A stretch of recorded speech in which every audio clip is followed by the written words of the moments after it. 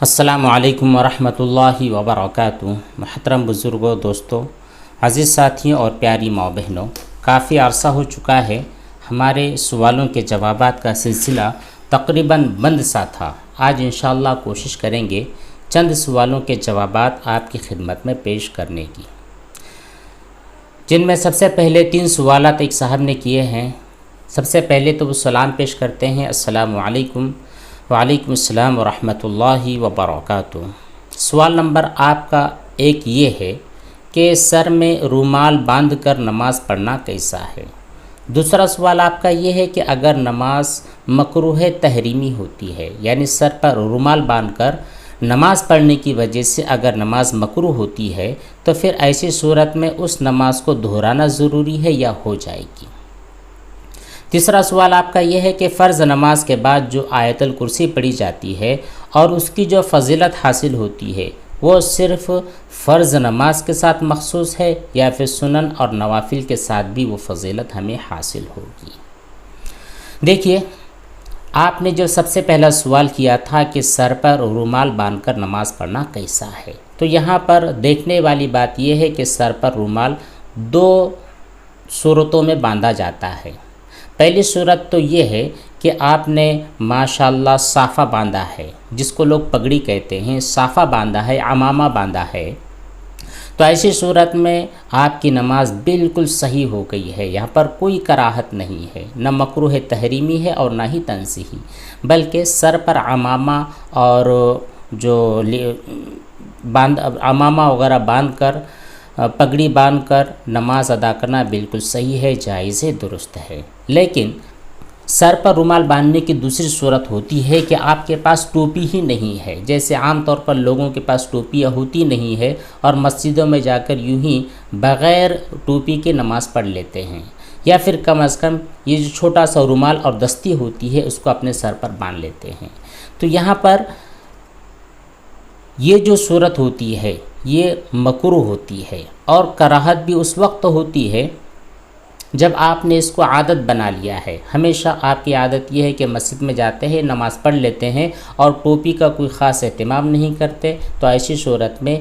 رومال کی عادت بنا لینا یہ مکروہ ہوتا ہے۔ لیکن ایسی کراہت کے ساتھ اگر آپ نے نماز پڑھ لی ہے تو نماز صحیح ہو جاتی ہے، لوٹانے اور دہرانے کی ضرورت نہیں ہوتی ہے۔ تیسرا سوال آپ کا یہ تھا کہ آیت الکرسی جو پڑھی جاتی ہے، تو آیت الکرسی اس کی بڑی فضیلت احادیث مبارکہ میں آئی ہے، اور حدیث شریف سے ثابت ہے کہ نبی کریم صلی اللہ علیہ وسلم نے ارشاد فرمایا، من قرأ آیت الکرسی فی دبر کل صلاۃ مکتوبۃ لم یمنعہ من دخول الجنۃ الا ان یموت۔ سنن نسائی کی حدیث مبارکہ ہے، جس کا ترجمہ یہ ہے کہ جو شخص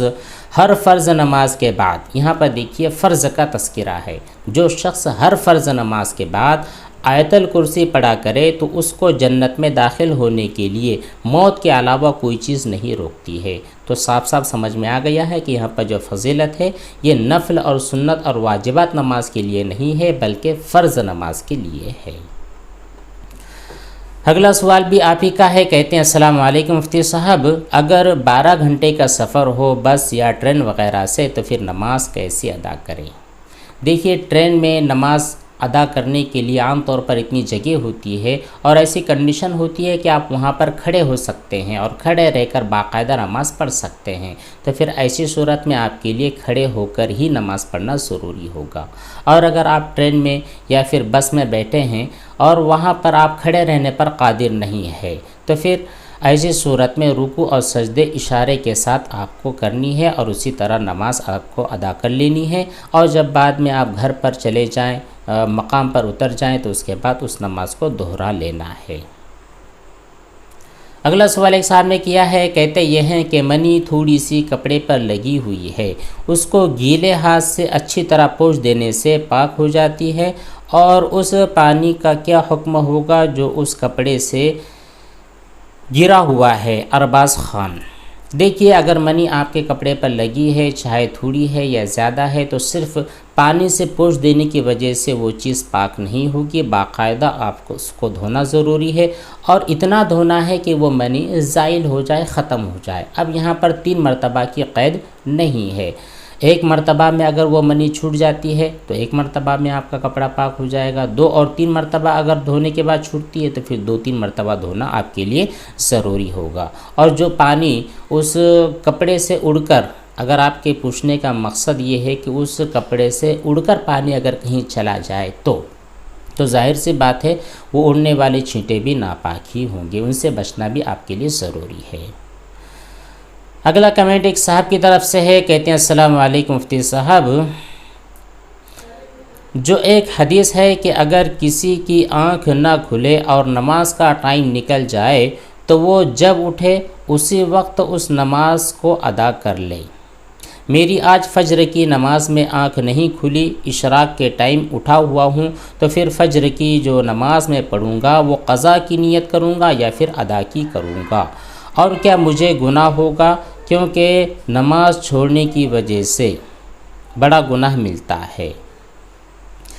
دیکھیے مسلم شریف کی حدیث مبارکہ ہے، عن انس بن مالک ان رسول اللہ صلی اللہ علیہ وسلم قال من نسی صلاة او نام عنها فکفارتها ان یصلیها اذا ذکرها، کہ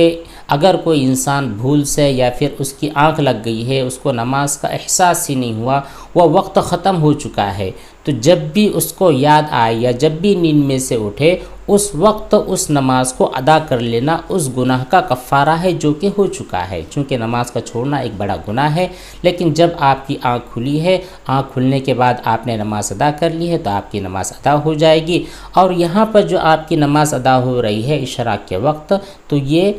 ادا نہیں ہے بلکہ قضا ہے۔ اور ویسے بھی جان بوجھ کر کے نمازوں کو چھوڑنا یہ بڑے گناہ کی بات ہوتی ہے۔ آج کل نیند سے بیدار کرنے کے لیے بہت ساری چیزیں ہیں، الارم ہیں، آپ کے موبائل کے اندر بھی آپ لگا سکتے ہیں، اور گھڑیاں بھی اس کے لیے دستیاب ہوتی ہیں۔ اس لیے آپ پہلی کوشش یہ کریں کہ رات میں جلد سو جائے اور جلد اٹھ کر کے فرض نماز باقاعدہ پابندی کے ساتھ ادا کریں۔ ہاں اگر کبھی غلطی سے ہو چکا ہے، آپ کی نیند نہیں کھلی ہے، تو پھر یہ گناہ جو ہوتا ہے، بڑا گناہ جو ہوتا ہے، نماز کے جان بوجھ کر چھوڑنے والا جو گناہ ہوتا ہے، یہ گناہ آپ کو نہیں ملے گا۔ بہرحال جب بھی آپ نیند سے بیدار ہوئے ہیں فوراً نماز کو ادا کرنے کی کوشش کیا کریں۔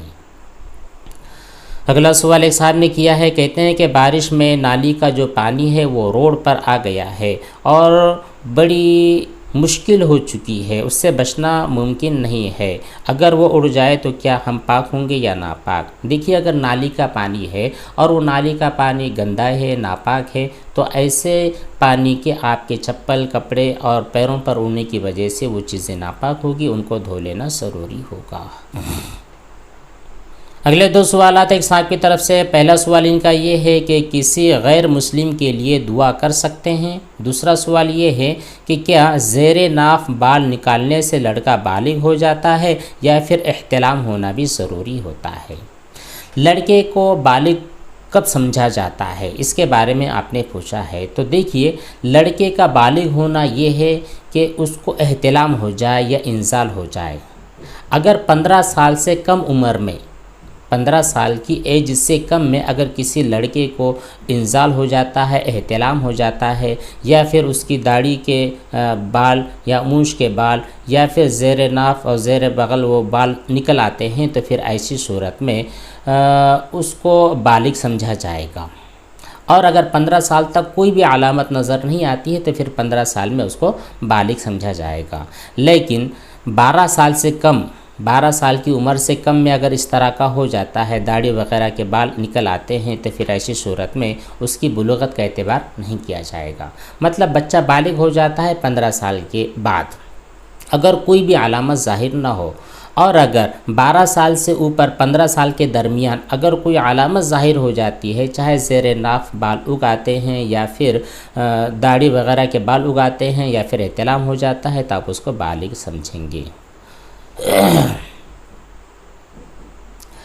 دوسرا سوال آپ نے یہ کیا تھا کہ کسی غیر مسلم کے لیے دعا کر سکتے ہیں یا نہیں؟ تو غیر مسلم کے لیے دعا 2 طریقے سے ہو سکتی ہے، ایک اس کی حیات میں، دوسری اس کی حیات کے بعد یعنی انتقال کے بعد۔ اگر کوئی غیر مسلم ایسا ہے جو بیمار ہو چکا ہے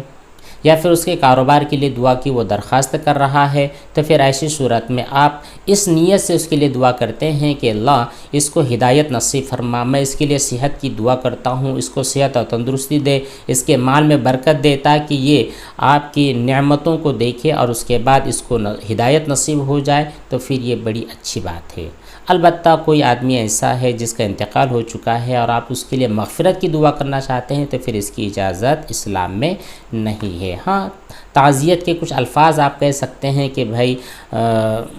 تسلی کے جو الفاظ ہو سکتے ہیں غیر مسلم دوستوں کے لیے، وہ الفاظ آپ ادا کر سکتے ہیں۔ بہرحال استغفار اور دعائے مغفرت کی اجازت نہیں ہوگی۔ بس یہی تھے چند سوالات، اس کے علاوہ اور بھی جو سوالات ہوں گے انشاءاللہ اگلی نشست میں، اگلی مجلس میں بیان کیے جائیں گے۔ اللہ تبارک و تعالی ہم تمام کو عمل کی توفیق بخشے۔ والسلام علیکم ورحمۃ اللہ وبرکاتہ۔